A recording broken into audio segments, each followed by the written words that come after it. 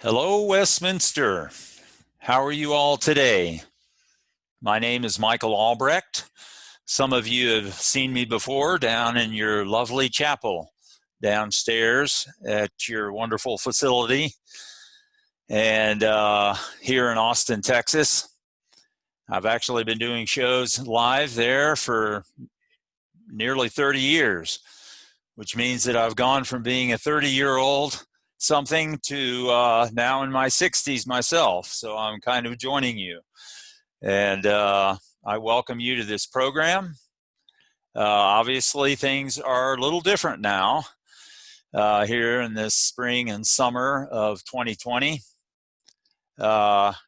Very amazing to be living through a global pandemic, which 100 years ago, some of your parents did. And I imagine most of them weathered that, which produced you all. And here we are in 2020 going through a similar, actually, strain of the same virus. So we live in very interesting times. I hope you all are well. I know that you're maybe largely isolated in your rooms, but hopefully enjoying life as best you can with your with books and media that and entertainment that Ruth Sunil is providing you, and I'm working with her to bring you this program today. So my time right now here is Thursday, June 25th, 2020. It's about 3:30 in the afternoon Central Time, and we're going to dive in here to a tour of the universe and look at a variety of different things. So welcome again, residents of Westminster. Just this past weekend, we had the summer solstice, and that means that the northern hemisphere, as you can see in this diagram, was tilted towards the sun. Southern hemisphere was tilted away.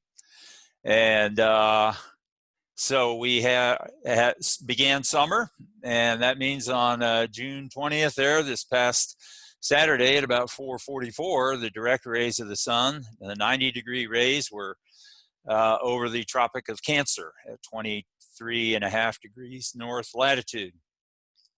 And that began summer here in the northern hemisphere. Another nice diagram here showing how the tilt of the Earth remains the same as the Earth goes around the sun. So you can see in June there that we are now tilted towards the sun, but over in December there, and December solstice, the northern hemisphere is tilted away from the sun, and the direct rays of the sun are on the southern latitudes, specifically the Tropic of Capricorn at 23.5 degrees south latitude. And then you have March and September there with the equinoxes. So very nice diagram there showing as we revolve around the sun and the Earth remains the same, that brings us our various seasons at different latitudes. Another interesting thing that occurred recently, this past weekend, was an eclipse, an annular eclipse, which largely was over Asia and the Eastern Hemisphere. And here we have a wonderful shot, very recent, just days old. We're looking down on Earth over Kazakhstan from the International Space Station. In the foreground there, you can see a Japanese cargo craft that is docked with the International Space Station. And they're looking down on Kazakhstan, and you can see out there the shadow of the moon, which is covering up the sun. So those folks down there are seeing the eclipse. So a really wonderful image here from the International Space Station, which has been very busy lately because in late May, on May 30th, some of you may have seen the United States return to manned launches and flights to the International Space Station in orbit. SpaceX, headed by Elon Musk, launched the Falcon rocket with the Crew Dragon module on the top there with 2 astronauts. and it went very successfully. And so the rocket, amazingly, we've entered an age now where the actual rocket, the booster there, lands back on a platform on Earth. And so they're able to reuse those rockets. So we've entered a new age now here in 2020. We've gotten the U.S. back into manned space launches. It's been 11 years or so since the end of the Space Shuttle program. And so for the last 8 or 9 years, the United States has been sending our astronauts up on but the Russian spacecraft, the Soyuz. And so we've been paying the Russians millions of dollars per seat on their rockets to ferry our astronauts back and forth between the International Space Station. So now we've entered the age of commercial space flight here in the United States again, and with SpaceX and various other companies that are going to be launching from Cape Canaveral. And here's a nice image there, and down in the lower left, you see in the dark shirts, the 2 new astronauts that went up, Doug Hurley and Robert Behnken. They're sitting there in their dark shirts with the rest of the crew of the International Space Station, which you see there in your upper right. The space station is hurtling along in orbit about, give or take, 200 miles above the Earth's surface. It hurtles along at about 17,500 miles an hour, which means it goes around the Earth about once every 90 minutes. And you can actually see the space station in orbit as it passes over central Texas here. Several times a month. It has a several night window and morning, early pre-dawn window. And you can actually go to this NASA site. Those of you with computers and laptops, or maybe down in the library there at Westminster, and you can go to Spot the Station. I know that's a long web address, but all you need to remember is to go to Google and type in Spot the Station Austin, and it will bring up a link to when the next times the space station is coming over. And of course, right now, the SpaceX module that took those astronauts up there is docked with that, so it's a little bit brighter, reflecting sunlight. So this is a really good resource here to keep an eye on what's going on in the skies. I imagine you could go out in the courtyard or somewhere around the grounds of Westminster and look up at the appropriate time in the direction that you're pointed, northwest, southeast, whatever, and you'll be able to see the space station go over. It's about as bright as a satellite and moving along at about that speed. Another interesting thing that's going on these days is SpaceX also is putting up hundreds of small communication satellites called the Starlink trains. And on the left there, you can see an image of a satellite that's going to release all the little satellites. And over on the right, you can see a nice image of what those satellites look like. We just saw them a few nights ago, and they go over Central Texas, and it's kind of one of the most amazing things you've ever seen in the night sky, because it looks just like that. It's a long train. It looks like invaders from Mars have arrived, but it is Elon Musk's Starlink satellite system, which ultimately he plans to put up literally tens of thousands of them in orbit around the Earth and provide complete coverage of broadband internet access to everybody in the world. And that's the goal of these satellites. So that's an incredible project going on right now. It's got its pros and cons, I'm sure. Some people might not like internet everywhere, but most people need to be connected these days. So ultimately, I'm sure it'll be of a benefit to millions and millions of people around the world in remote regions. So topics we're covering today. Let's see here. Let me move my picture a little bit. The topics we're covering, we just looked at recent and current events in space news. And next we're going to talk about astronomy in Austin and the UT Astronomy Department. Take a look at what's going on out at McDonald Observatory in the Davis Mountains. Then we're going to shift to some science and history back in the 20th century. It seems like a long time ago now. And look at some of the research and pillars of the Big Bang Theory. We're going to look at the Hubble Space Telescope and its successor, the James Webb, and look through the telescope at some of the Charles Messier catalog objects. So let's move right along. The tour of the universe, the general purpose of this whole series of programs is the exciting search for human and cosmic origins. NASA is so interested and convinced that there may be life out there that they have a whole program on what's known as astrobiology.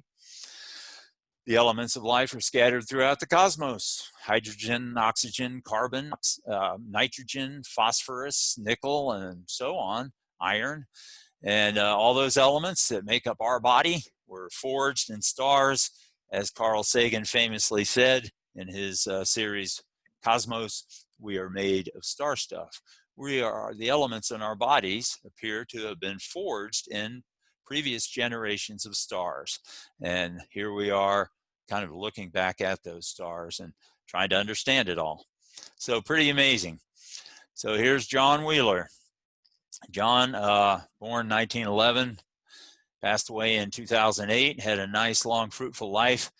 At this stage here in Austin, he was the director of the UT Center for Theoretical Physics from the mid-70s to the mid-80s. I actually was fortunate enough as a young student at Austin Community College to interview him and hear him speak. So he's a very interesting man, a very human individual with a concern for humanity and our place in the cosmos. Here he is, Wheeler, with Albert Einstein and Hideki Yukawa, who's a Nobel Prize winner in particle physics. And they're all walking at Princeton in 1954, sharing a laugh over something. And these three individuals, along with a whole team of researchers around the world that continues today, they were in search of what's generally called the grand unifying field, the grand unifying theory of everything, or of all physics. So really quite an interesting pursuit to try to put together the large-scale cosmological Big Bang theories with the very tiny, small quantum and string theories. You know, how do subatomic particles relate to the expansion of the universe? How does it all fit together?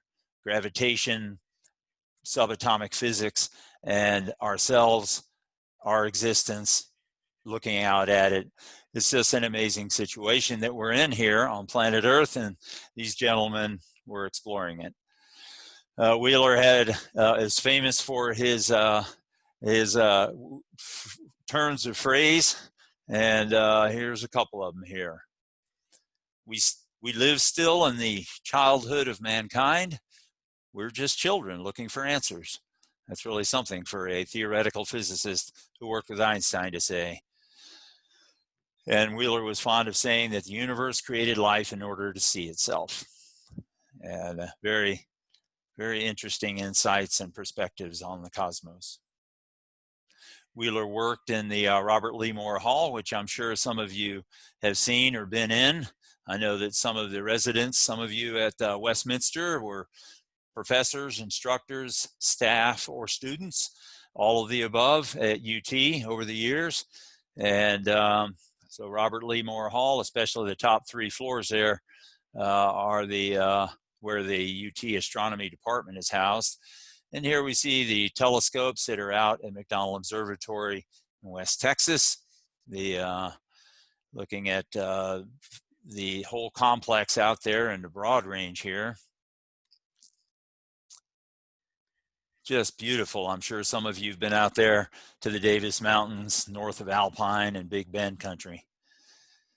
Here we have the newish Hobby Eberly 433-inch composite telescope, which is conducting high-resolution spectroscopic surveys of the sky.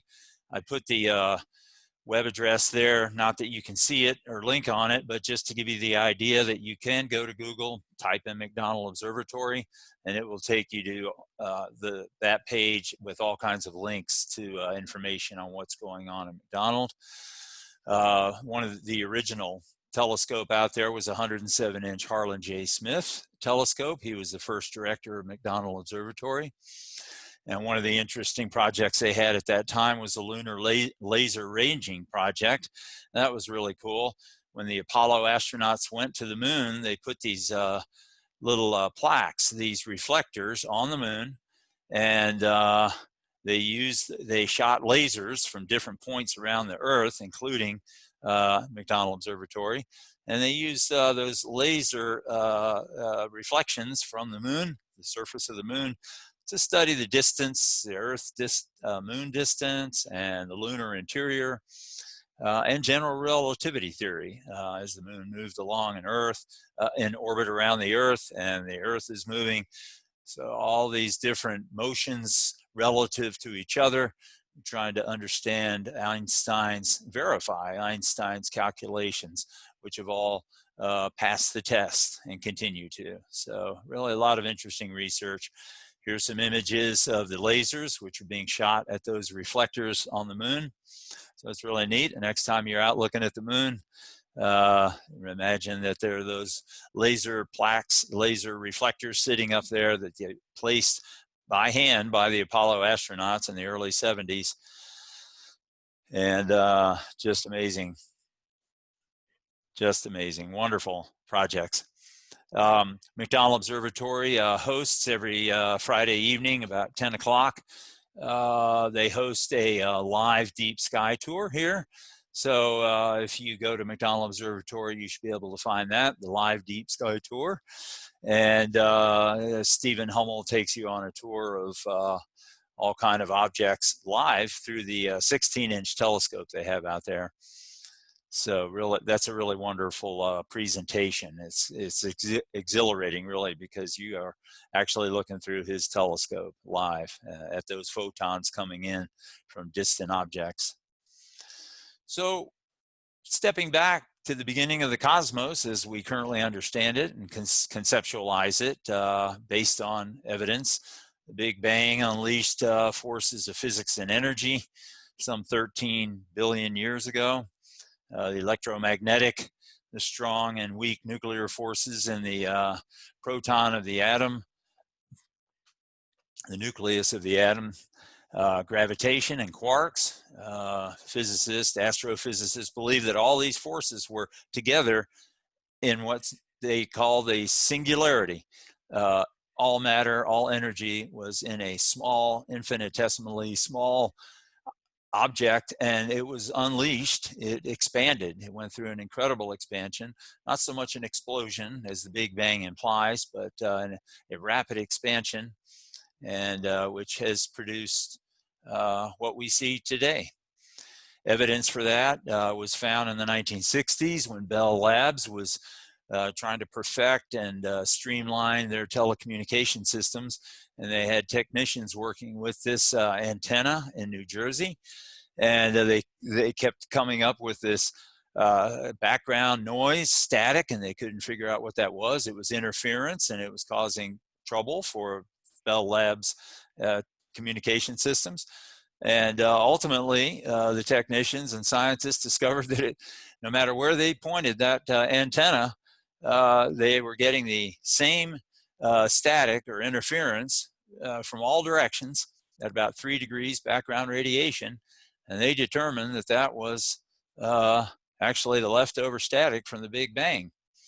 And this map here is a later iteration of that research.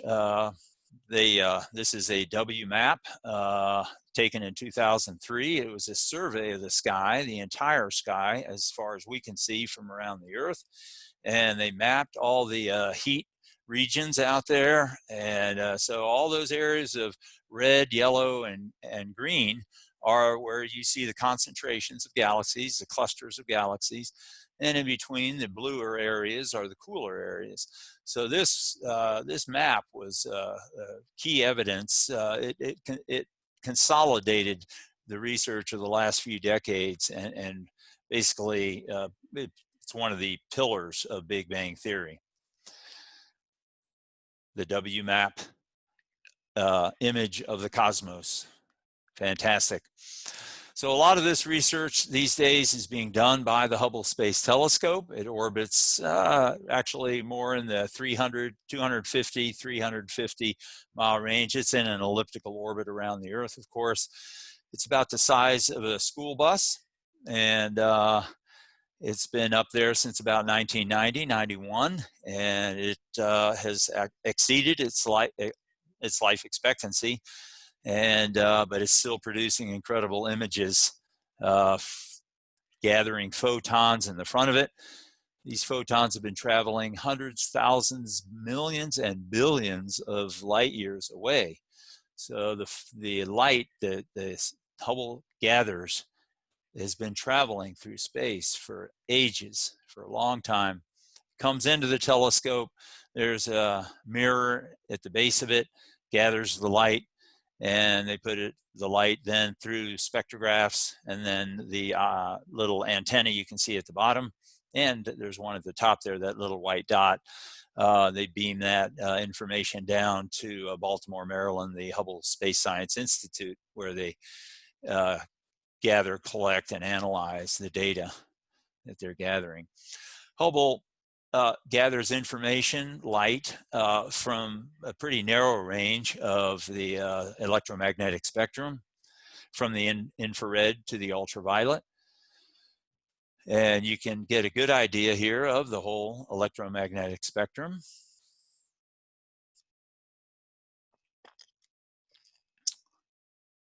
And so it's able to see heat and ultraviolet, and in the optical range, of course. There's a whole flotilla or fleet of telescopes put up by multiple countries that look at the other areas of the electromagnetic spectrum, from the gamma rays, the high intensity gamma rays, X-rays, and working through the visible light and band of the spectrum, and then off into the infrared, microwave, and radio wave. So there are telescopes up there and on the surface of the Earth that are looking at all these different frequencies. So what Hubble has done is really blow open the doors of peering deeper and deeper into space. And so it's gathered images such as this, where you've got not individual stars, but you actually have clusters of galaxies. Amazingly, back in Edwin Hubble's time, you actually had the conception of the universe at that time was that the Milky Way was the only galaxy in the universe. Imagine that. Imagine that, thinking the Milky Way was the only galaxy in the universe. We now know that there are billions of galaxies in the universe, and each of those galaxies contains millions and billions of stars. So the universe, our conception of the universe has dramatically expanded in the last 100 years. Newton and Galileo and Copernicus would have just, their minds would have been blown to be able to see these images. Here's another incredible shot from Hubble, showing again not individual stars but clusters. All those smudges that you see there are galaxies, which are composed of millions and billions of individual stars. So just tremendous images coming in. So when you think about the fact that the Milky Way alone has some 400 billion stars, and we're finding planets around a lot of those stars now here in the Milky Way, and we know that the elements of life, as previously stated, are scattered throughout the Milky Way, and by studying the light, those elements are scattered throughout the universe. The likelihood that there are other planetary systems in these other galaxies and life, and possibly even civilizations, appears to be very strong. so much so that NASA and other major institutions are exploring that and actively searching for signals or evidence of intelligent life in the cosmos. So Hubble, the telescope, is named after Edwin Powell Hubble, American astronomer, here enjoying his pipe. And he was famous for sitting at his telescope back in the days when astronomers actually sat at the end of the telescope, whereas today they actually can log time on telescopes from anywhere in the world and do all of that remotely. So it's kind of been automated and robotized, a lot of modern astronomy. But here is Hubble at the Mount Wilson Observatory out in Palomar in California back in the 1920s and 30s. And the key thing that Hubble found by studying the light from these distant galaxies was the spectra. He observed that the Fraunhofer absorption lines, the signatures of chemical elements in the spectrum, the further out that he determined the galaxies were, the more those lines shifted toward the red end of the spectrum. This is known as the redshift. I'm sure many of you have heard of it. And so the redshift is another major pillar of Big Bang theory, that as the object, the further the object is away from us, the faster it's moving away from us. And the absorption lines are shifted toward the red end because they're kind of based on the Doppler effect. Their light kind of trails off as the object is receding, kind of like a siren coming towards you, getting louder and louder. And then as it passes you and moves away, that siren trails off. And it's just, that's the Doppler effect. And that's what Hubble discovered and based his theory on the buttress, the idea of the expanding universe and the Big Bang. Here's Hubble toward the end of his life in the 50s, sitting at a brand new telescope, the 200-inch Palomar Observatory out there at Mount Wilson in California. And I'm sure that blew his mind because he had been looking at pretty small things back then. So a parting shot at Hubble Space Telescope here in orbit around the Earth. And that's going to be retired in the next few years, and it's going to be replaced by the James Webb Telescope, which you see in the upper right here. It's sort of an odd looking thing. It's not what you would expect, but it's a major 21-inch telescope. The Hubble's is about 8-inch, the inch is 21-foot diameter telescope. The Hubble is about 8 feet diameter. So this is going to be vastly more powerful and able to pull in photons from the distant cosmos. And that's going to be taken up at this stage. It's scheduled for 2021 launch in French Guiana by a European Space Agency Ariane 5 rocket, as you see there. So that's an exciting development that's coming. There's a lot of telescopes involved with this great search of the cosmos. Orbiting telescopes, we've sent them off into space.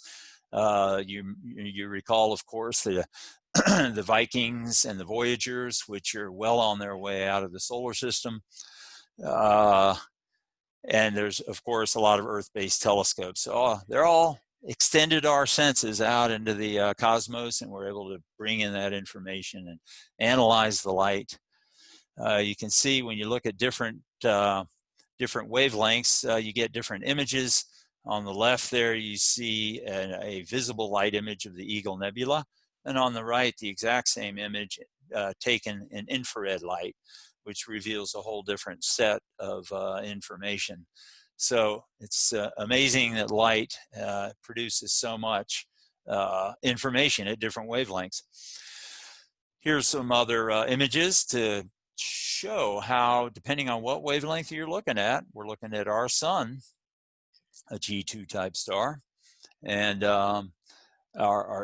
when you see it at different wavelengths, it reveals different information on the temperature, the chemical composition, the surface temperature, the rotation activity, and so on.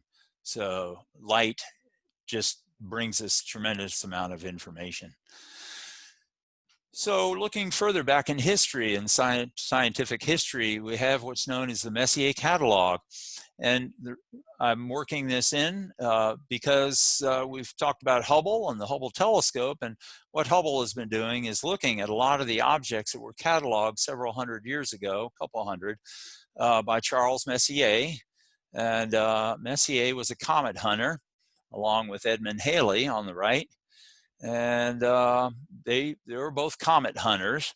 And Halley had seen a comet in the early 1700s, and he traced back some of the other comets and cometary appearances over the last few hundred years before that, and he projected that this comet he saw was going to come back in 1758-59. Halley passed away in 1742, as you can see there. So Charles Messier, who was a French astronomer, and he's a comet hunter also, he took up the banner from Edmund, and he was waiting for it, as were other astronomers. And sure enough, the comet came back in late 1758, and then early 59. And they confirmed that Halley was right, that was in fact a regularly orbiting comet, which they named with a period of 76 years, 75, 76 years. I'm sure some of your parents probably saw the 1910 appearance of Halley's Comet, which was spectacular because the Earth actually plowed right through the tail of Halley's Comet in 1910. So you probably heard some stories about that. And again in 1985-86, it made its reappearance. I'm sure some of you saw that, hopefully from some interesting locations. I took groups up to the top of Enchanted Rock out in West Texas, Central Texas there, and we watched it in the early hours before dawn. Spectacular. Saw it also from Big Bend, Marfa. So really neat, Charles Messier. So what he was doing here with his catalog, to back up here, the background on this image here shows 110 objects in space, and they are galaxies and diffuse nebula, as you see here. All these different objects, there's kind of fuzzy white patches up there in the sky. They're not just pinpoints of light, the stars, but there are these fuzzy white patches. And Messier didn't want to keep confusing those with possible comets. So he created a catalog. So when he was comet hunting, he could, and he saw something, he could look at his catalog and go, oh no, that's not a comet. That's the Andromeda Galaxy or Pleiades or any number of things.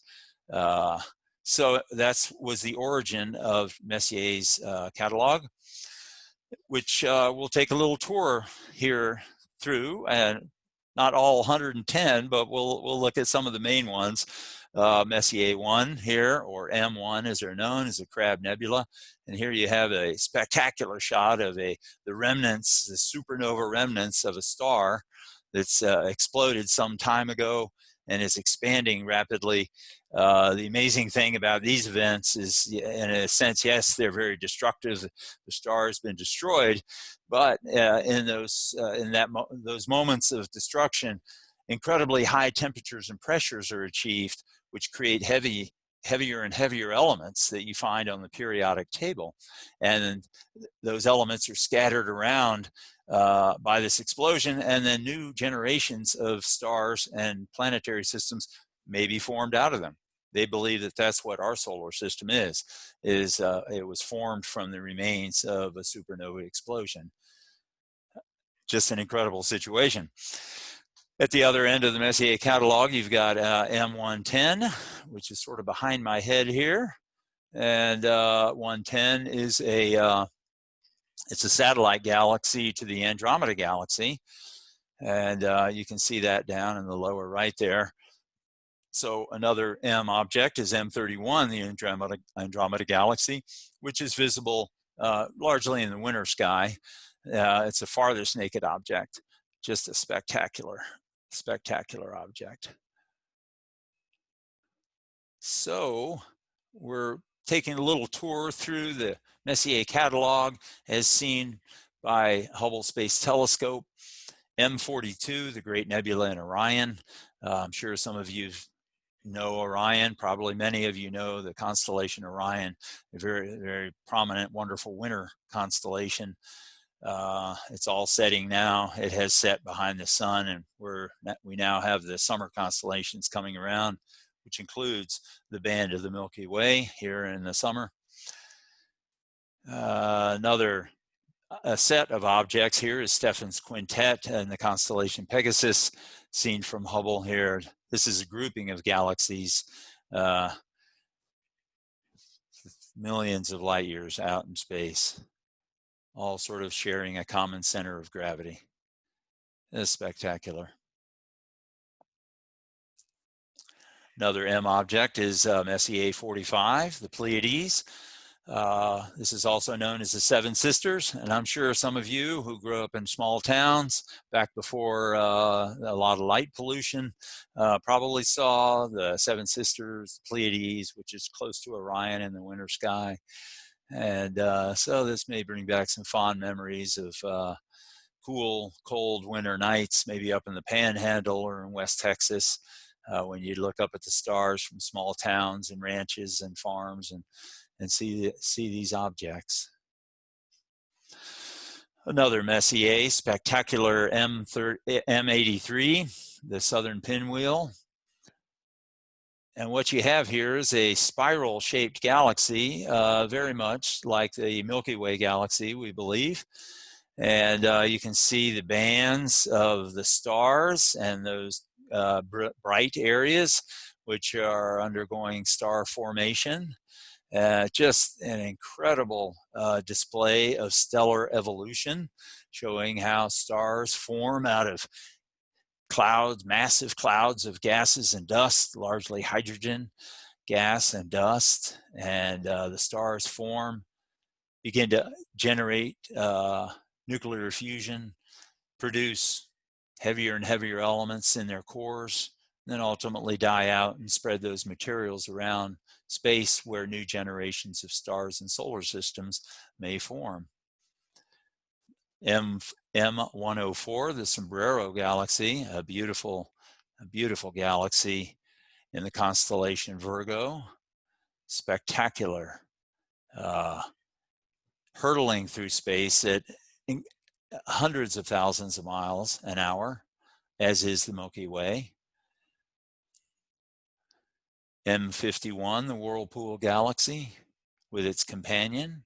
And again, you see the spiral structure, not unlike a hurricane on planet Earth, or the ring of hair on the back of your head, or the spiral of DNA, or the spiral of a shell on the beach.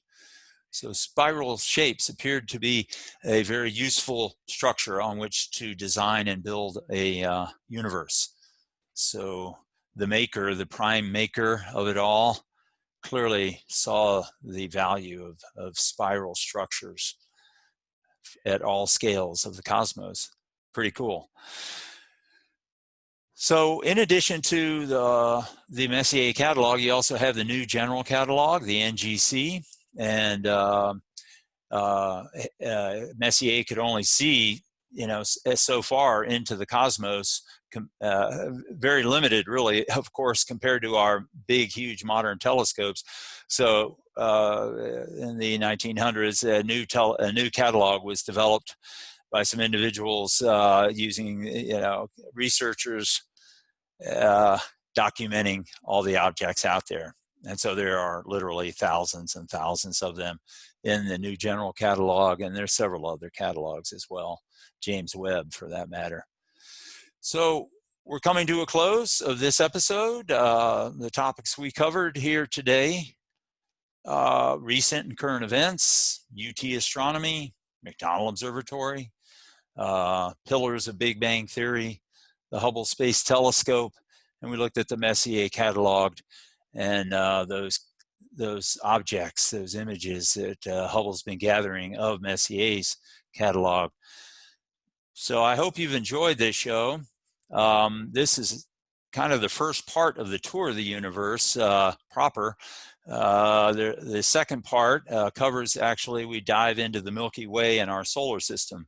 And so you might ask Ruth if you're interested in seeing the more in the local universe, our own Milky Way and the solar system. You can see some of the other shows I've assembled over the years and decades through my research and interviews with astronomers and a lot of field research and my studies. So you get a good idea there. It covers quite a range of topics, and I consider them all touring the universe. So again, my name is Michael Albrecht, amateur astronomer, science educator, historian buff, and I really enjoyed your company today. Hope you're doing well wherever you are, and feel free to send an email to mike@smartworldwriter.com, Austin, Texas. Say hello to Ruth for me, and that will pretty much do it for today. So thank you for your time, and take care. Enjoy your meals, your rest, your books, your movies, and each other as much as possible. And we'll all get through this age and have some stories to tell. Blessings to all. Mike Albrecht over and out. Bye-bye.